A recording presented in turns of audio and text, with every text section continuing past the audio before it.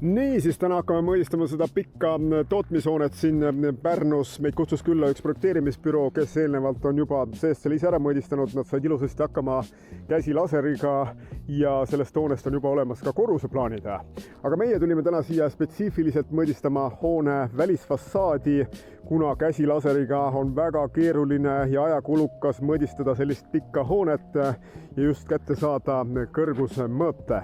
Ja sellele hoonele on tehtud rida ümberehitusi, siin maja taha on tehtud laiendusi, siia on lisatud terrasse, juurde on ehitatud uued kaldteed, avade, uste ja akende suurusi on muudetud ja meie mõõdistame siis täna hoone väljast ära, lähme ka katusele, sellepärast et kätte saada ka õige katusarja kõrgus. Edasi joonestame valmis sellest töökojast siis uued arhitektuursed vaated ehk siis 4 hoone fassaadivaadet ja katuseplaani ja anname need siis üle sellele projekteerimisbüroole, et nad saaksid kasutuslubade uuendamisega edasi minna.